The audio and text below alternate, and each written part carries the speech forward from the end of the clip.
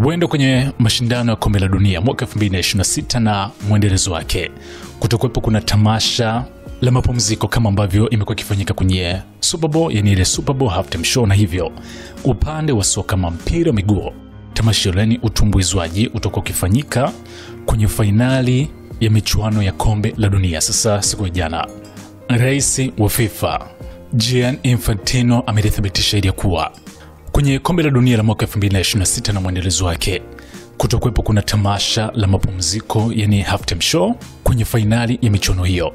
Aliandika hivi: ilikuwa heshima na furaha yangu kuzungumza na marafiki na wenzangu waliokuwa wakihudhuria kongamano la washirika wa kibiashara na vyombo vya habari kwa Dallas nchini Marekani, ambapo tulijadili mipango ya kusisimua kwa ajili ya kombe la dunia la FIFA kwa mwaka 2026 ambao litakuwa kubwa zaidi katika historia.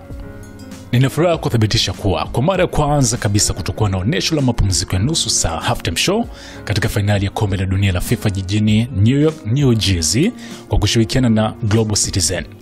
Hili litakuwa tukio la kihistoria linaloendana na hadhi ya tukio kubwa zaidi la michezo duniani. Tulizungumzia pia mpango wa FIFA kuchukua udhibiti wa Times Square wakati wa weekend ya fainali la kombe la dunia, ambapo mechi ya mshindi wa 3 na fainali zitapambwa na sherehe za kipekee katika eneo hilo maarufu duniani.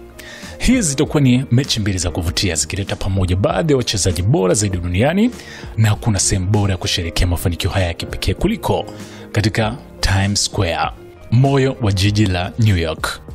Shukrani za dhati kwa Hugh Evans, mkurugenzi mtendaji wa Global Citizen na timu yake ya kipekee kwa kusaidia kuandaa maonesho haya makubwa. Pia ninashukuru Chris Martin na Phil Harvey wa Coldplay ambao watashirikiana nasi FIFA kukamilisha orodha ya wasanii watakaotumbuiza kwenye onesho la mapumziko ya nusu saa kwenye michuano ya kombe la dunia kwenye fainali.